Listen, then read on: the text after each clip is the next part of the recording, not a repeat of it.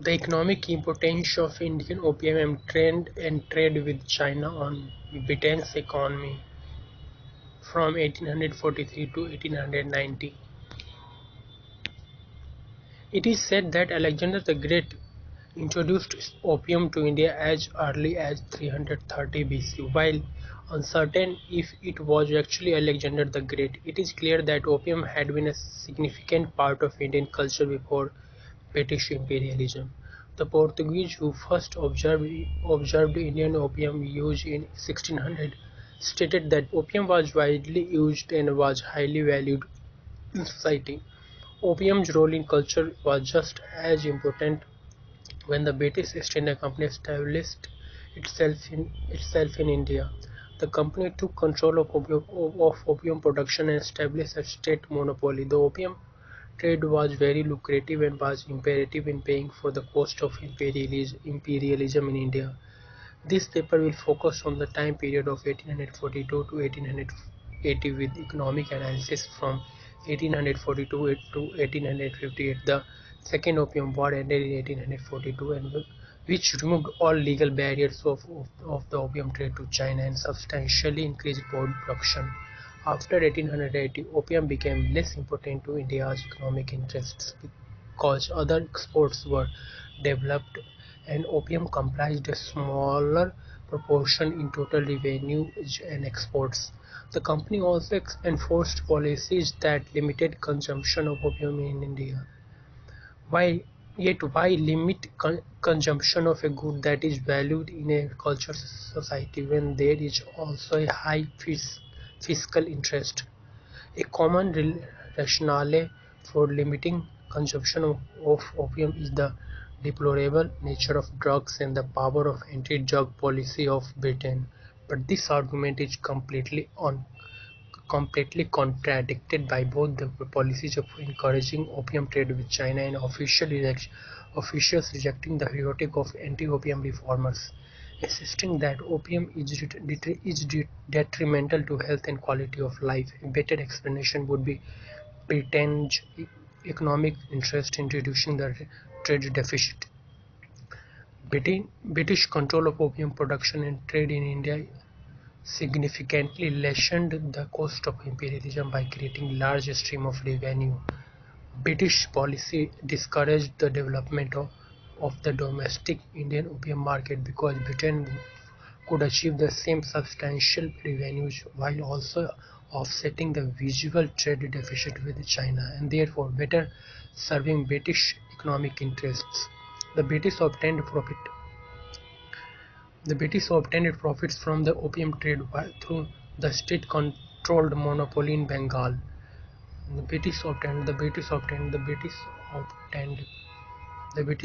profits from the opium trade through the state-controlled monopoly in Bengal, less collecting pass fees from the Malwa opium producing region and imposing exercise excise taxes on domestic sales. The profit from the Bengal region were the most extensive and comprised the majority of British revenue from opium. In 1797, the British East India Company established a trade monopoly on Bengal opium. Production and operation were in control of contractors who would advance funds to farmers, purchase the main opium produced and then sell the opium product to the company. The company made its revenues by auctioning off merchandise in Calcutta. For the next 20 years, the East India Company tested different policies attempting to maximize revenue and increase productivity. The reforms made the production and manufacturing system more efficient, making opium less costly to produce. One reform eliminated the poppy cultivation in the districts of Rangpur and Bhagalpur and focused production in Bihar and Benares. The land in Bihar and Benares districts were better, so a product of higher quality was cultivated. Also, by consolidating the poppy cultivating land, it was easier to supervise peasants, therefore lessening cost of opium production. British action from 1790 to 1860 shaped Bengal into the most efficient opium producing center in the world and led to steady revenues from opium for the rest of the 19th century. The second largest source of opium revenue was collected through Pass Fees in Malwa. Malwa was an opium producing region that was not controlled by the East India Company. Opium production in Malwa was highly lucrative and allowed Indians to profit in the market. Malwa opium was traded through Bombay rather than Calcutta, where Bengal opium was traded. Although opium production in the Malwa region was illegal, the company allowed production since it would cost large quantities of money and manpower to completely restrict trade and production. The company acted practically, realizing the tremendous cost of completely prohibiting trade and instead produced a fee system in order to profit from the Malwa opium trade. Private production and sale of Malwa opium was permitted and pass fees were levied on merchants. Because British officials were not involved in the operation and production of opium, the only cost associated with revenues from Malwa opium was administrative in the actual collection of the tax. The tax collection was incredibly efficient with low costs, therefore making revenues from pass fees a significant contribution to the British profits. J. W. Wong emphasizes the low cost by comparing the tax collection of salt and opium. Both goods have the same basis for comparison. Both are sold through Bombay and the company is not involved in the production. Over a period of 10 years, opium taxes were consistently over 10 times cheaper to collect than salt, never exceeding never exceeding 0.6 never exceeding 0.6% of the gross revenue collected.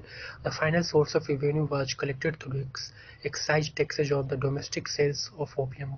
Profits from the sale of domestic opium contributed the least to British revenue. The British maintained policies in India that minimized domestic consumption. For example, most Indians could not afford opium not only because of the high rate tax rate but also because of the careful control of the supply, which increased the price.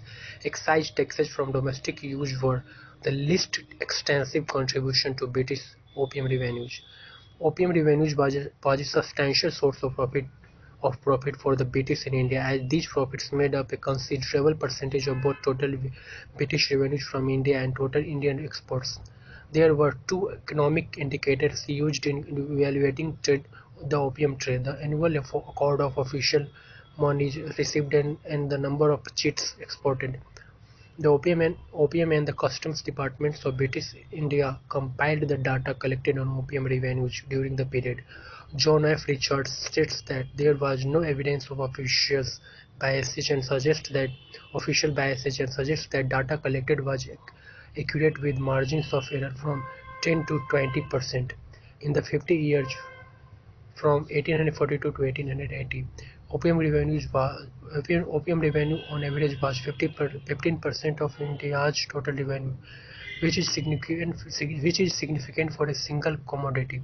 Comparing other sources of revenue in India with opium revenue illustrates the scale of opium returns. In 1843, opium became the second largest source of revenue for India. Opium revenue generated more revenue than customs and stamp taxes combined, which were the fourth and fifth largest sources of revenue. Analysis of opium revenues in comparison with other Indian exports shows how important opium was to Indian trade. From 1842 to 1859, opium made up 31.5% of all Indian exports, and from 1889 to 1880 dropped to some extent to a proportion of 18.66 of all the exports. Opium was the single largest contribution in generating India's export surplus. The contribution of opium to both total revenues and exports indicates the degree in which opium revenues served the cost of imperialism in India. As the British Empire expanded its control of India, it also accumulated debt, so it was necessary to find a source of revenue in order to solve the debt and maintain the British Empire. Opium, Opium became the source of revenue. The relationship between opium revenue and the British Empire points to the degree in which opium revenues absorbed the cost of imperialism. Scholars agree on the importance of opium revenues in maintaining the strength and cost of the empire in India. Richards states that opium and the Indian Empire marched together, and through analysis of revenue data from 1790 to 1934, the largest opium revenues indicated the enduring importance and long-term stability of opium revenues to the colonial state. Mark Jason Gilbert argued that revenue from opium was indispensable to the British Indian Empire and led the British to develop a type of imperial dependence on those revenue streams. J. W. Wong claims that opium was the single most important cash crop for India, and opium revenues served the cost of imperial expansion in India. Before the Second Opium War, revenues from opium only covered British interest on its debt. After the war, opium revenue was enough to pay out between 2 and 3 times In British interests. In British interests, Wong uses this data as evidence of opium revenues being used to serve the cost of imperial expansion in India. Opium revenues are consistently linked to maintaining the empire by covering the cost of imperialism. However, the majority of the revenues that serviced the cost of imperialism in India did not come directly from India to Britain, but rather were proceeds from trade with China. Opium revenues were necessary in decreasing the cost of imperialism, yet the British enacted policies designated to minimize domestic consumption of opium and instead focus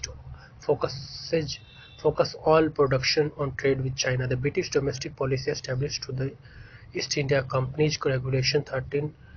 The British domestic policy established to the East India Company's Regulation 13 of 1816 was designed to produce maximum revenue with minimum consumption. Therefore, it was not so much as a concern for its imperial subjects' well-being as it was for British economic interests. On the supply side, there was strict regulation of permits for vendors to sell opium. A small number of licenses were granted to vendors, thus limiting the availability of opium. On the demand side, the East India Company fixed the retail price, attempting to strike a balance between limiting consumption and smuggling. If the price was too high, then smuggling would inevitably occur, yet the British fixed the price above the market price in order to limit consumption, but not so high as to encourage smuggling. The British used the excise tax system to control the market by essentially making opium too expensive for most Indian citizens to obtain legally or illegally.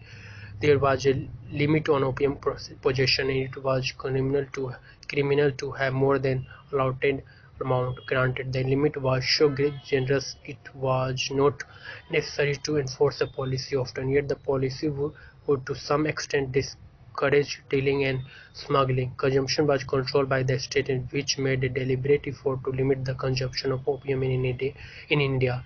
British policies were effective in minimizing demand, as annual consumption per capita of legally sold opium was a week's supply for a moderate user.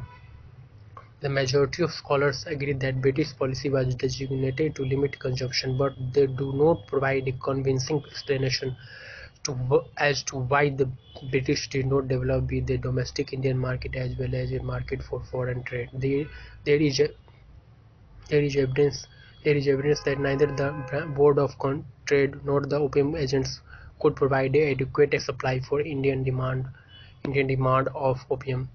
So why not develop the domestic market and earn even more revenue? The main arguments put forth revolve around paternalism and anti-opium sentiment from Britain as the main influences of the domestic drug policy. Richard Newman, in his essay Early British Encounters with the Indian Opium Eater, expresses British concern for the use of opium as the primary motive in the East India Company's policies limiting consumption. He concludes that the company's paternalistic concern was undoubtedly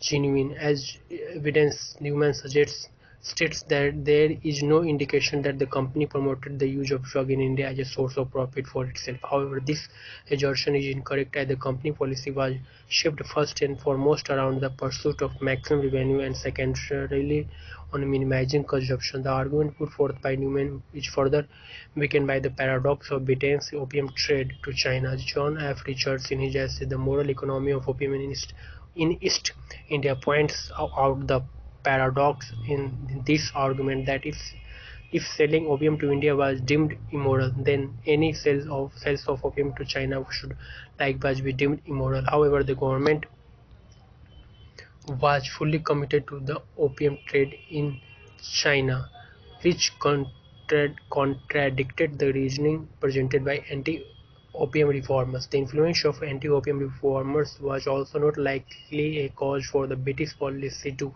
limit consumption. Anti-opium rhetoric was weakened by the pervasive use of alcohol in Britain and by the role of opium in Indian culture. The British opium reformers opposed an aspect of Indian culture that Indians in society did not view as particularly harmful. Anti-opium reformers were influenced by cultural biases about the East, as opium use was seen as disgusting and degrading. The Royal Commission of 1895 on Opium refuted many of the claims of the harm of opium made by anti-opium advocates, showing that the attack on Indian opium was a form of cultural imperialism. The Commission was the principal report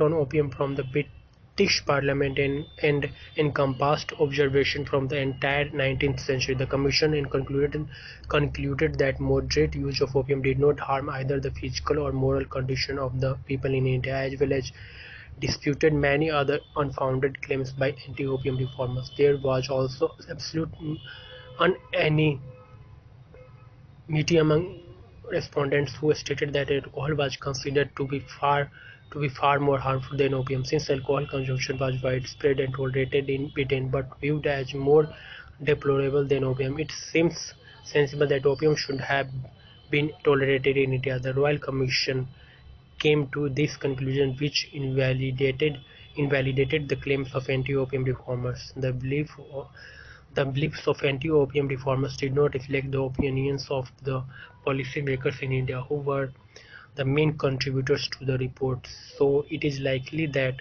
British reformers were not the principal reason why the British did not develop an opium market in India. The contradictory policies implemented by the British in limiting consumption in India while expanding the opium market in China can be explained by evaluating British economic interests in foreign trade.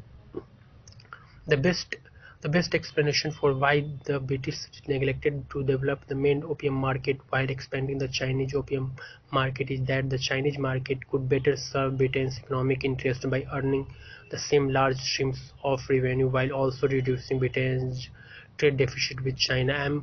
M. Bard ul Haq agrees and believed that the contradictory measures enforced by colonial authorities were an attempt to receive foreign currency, especially from China. So the colonial authorities discouraged local consumption of opium and encouraged opium exports, maintaining a healthy balance of trade, serving a compelling state interest to Britain because it protected the strength of the sterling, the source of the company's power. The interest rate was so high that all production of opium was devoted to export to China, which fully benefited Britain's balance of trade. Balance of trade is directly linked to the strength of currency.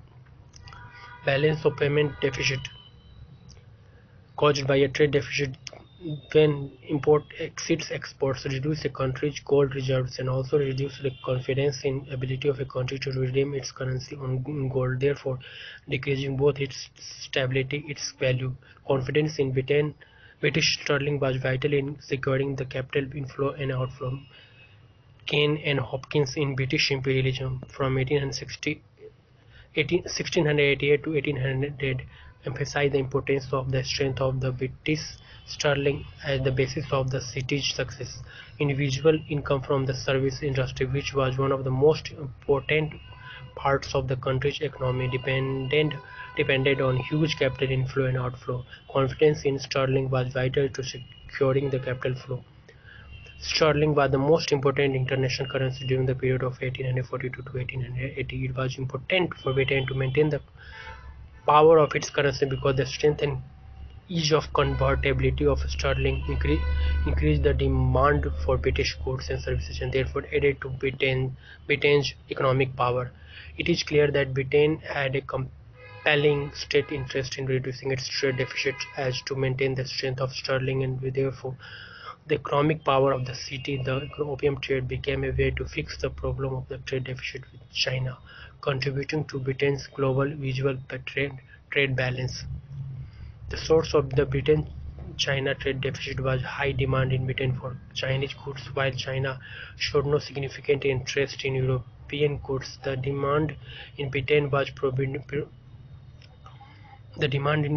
predominantly for tea and silk, but also for porcelain.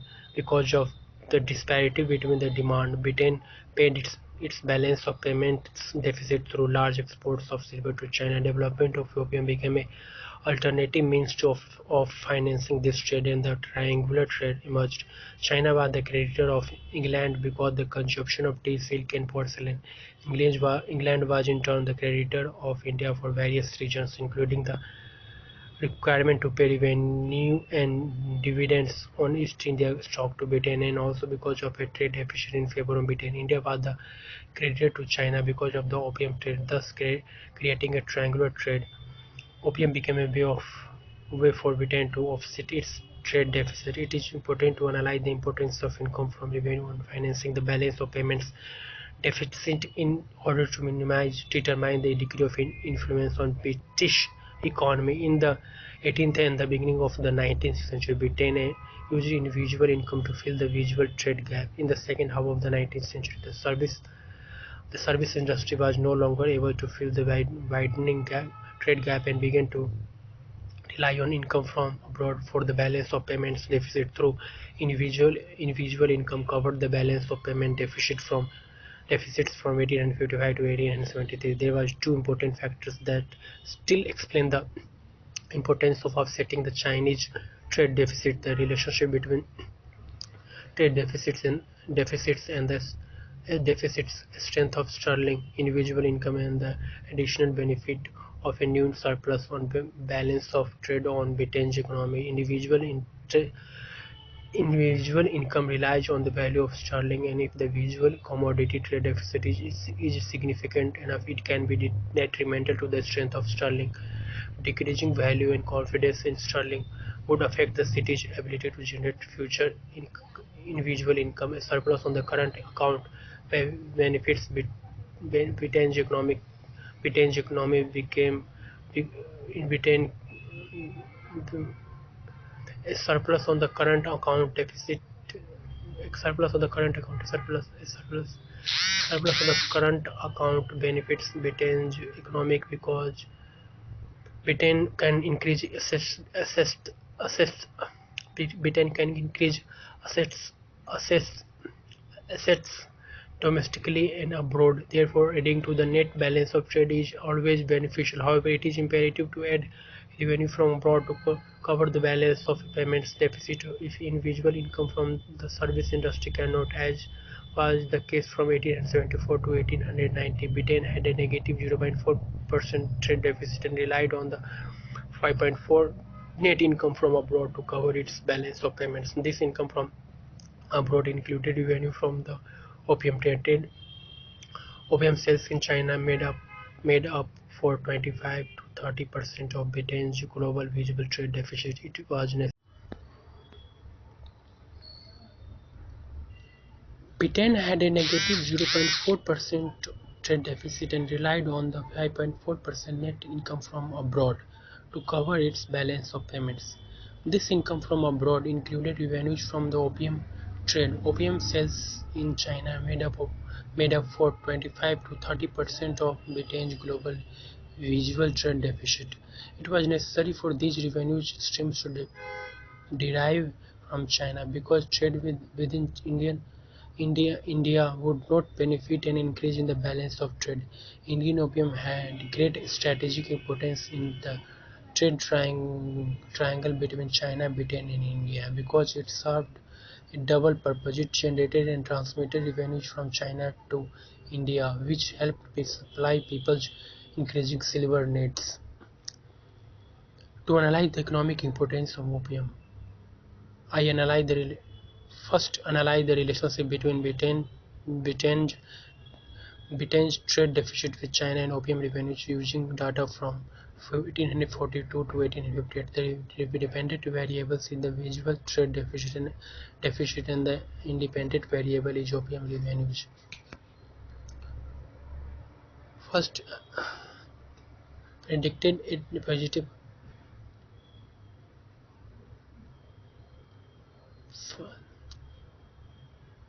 To analyze the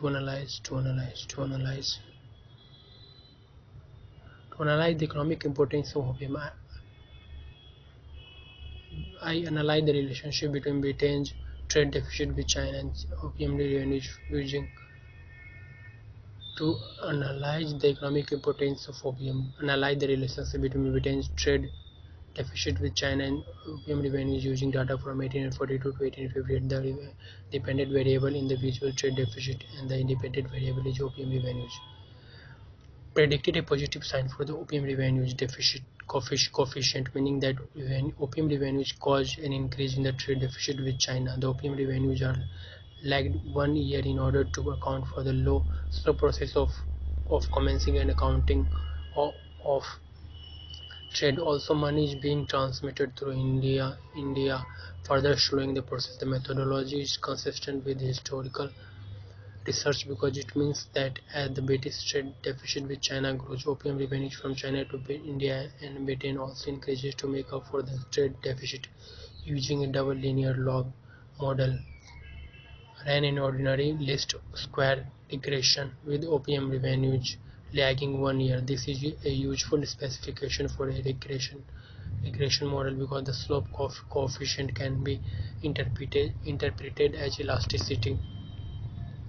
The result for the opium revenue coefficient is expected sign positive and statistically significant. The estimated coefficient for opium is 1.038, meaning that opium is slightly elastic compared with trade deficit, although in terms of other goods would assume the opium is relatively inelastic. It makes sense that the coefficient would be elastic in the context of comparing the revenues to the overall trade deficit because there are some other factors that affect the deficit between Britain and China. One limitation of the data is that there are only 15 observations. The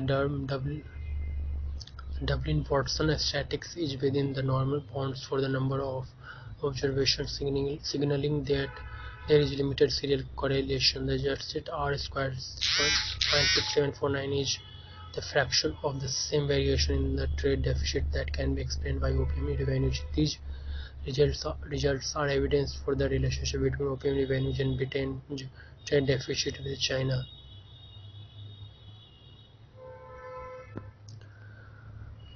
To question the importance of the opium trade with China, To question the importance of opium trade with China, I used another economic model to analyze the relationship between Britain's main Chinese important tea and silk and opium revenue. The dependent variable is Britain tea and silk imports from China, and the independent variable is opium revenues. Predicted a positive sign for the opium revenues coefficient, meaning that opium revenues cause an increase in Chinese imports to Britain. The opium revenues are not lagged by a year because the trade is more directly between China and Britain, as many of the importers of the Chinese goods also exported Indian opium. The methodology is consistent with the historical research because it means that as Britain makes more money through opium revenues from China, then they can afford more Chinese goods. Using a double linear log model ran in ordinary least square regression, the log specification is useful so the slope coefficient can be interpreted as elasticity. I would The log specification, the log specification, the log specification, the log specification. The log specification is useful so the slope coefficient can be interpreted as elasticity would predict the OPM would be inelastic.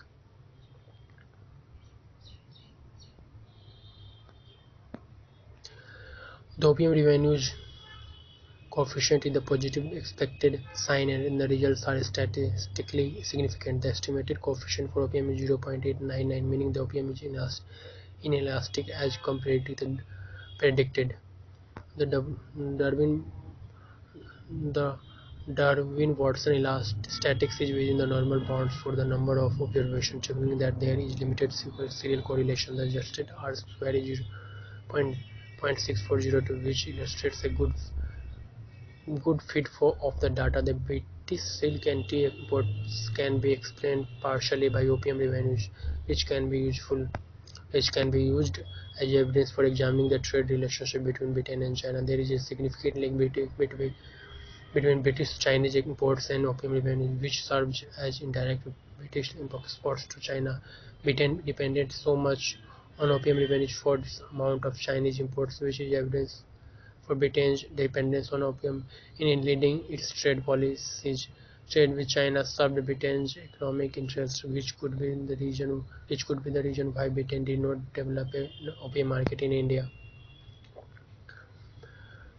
The, the British East India Company made opium production into an efficient and profitable business. The British Empire capitalized on the economic opportunity and used the opium trade to solve the cost of imperialism while also reducing its trade deficit with China and in so strengthening its economy. British policymakers in India rejected arguments against opium use yet consistently enacted policies that limited domestic Indian consumption of opium. There is a gap in the scholarly literature explaining why Britain did not develop a domestic opium market. There is evidence that there was a high demand for opium in India, yet almost exclusively all the opium that was produced each year was sold to China because of Britain's economic motives in balancing trade with China. The opium trade is focused exclusively on China because Britain's economic depend because Britain's economy depends so much on capital inflow and outflow through the country. It was very important for Britain to have a strong currency and balanced trade. There is strong economic evidence showing that opium revenues can explain the variation of Britain's trade deficit with China. There is also compelling evidence showing the relationship between the main British imports from China and Britain's revenues from opium. These two economic relationships illustrates how the British relied on the opium trade with China and how the opium trade governed its policies, including limiting the development of a potentially threatening domestic Indian opium market. Bibliography: Kane, Peter, and Anthony Hopkins, British Imperialism from 1688 to 2000, second-hand edition. Chaudhary, Kane, Foreign Trade and Balance of Payments, 1757 to 1947. In Cambridge Economic History of India, Volume 2nd. Chung Tan, China and the Brave New World, a study of the organs of the Opium War.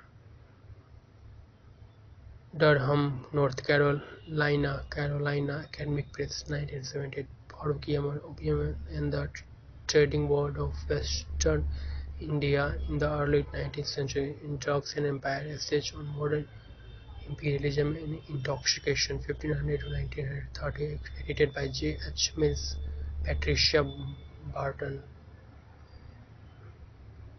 Pages, pp. From 83 to 101, New York, Palgrave, Macmillan, 2007.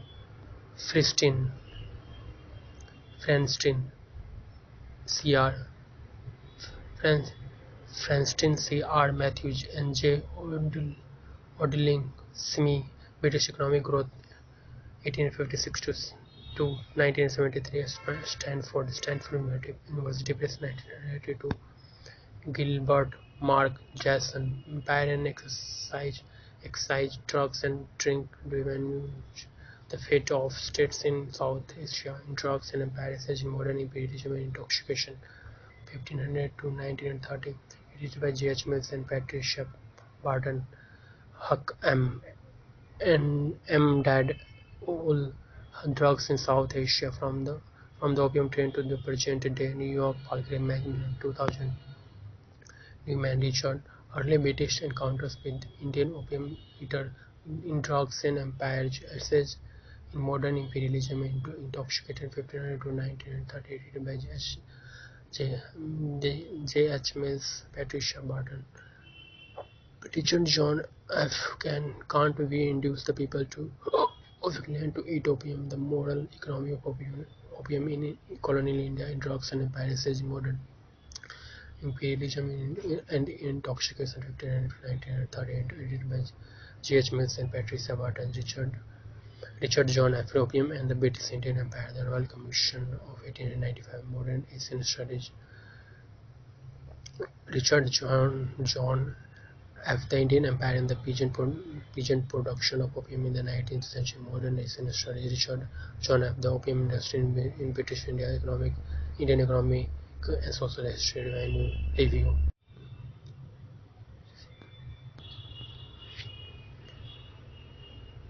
Wang Jiwei Deadly Dreams, Opium and the Arrow War, 1856 to 1816, China, Cambridge Studies in Chinese History Literature Institution, New York, Cambridge University Press, 2002. Dhanyavad. Thank you so much.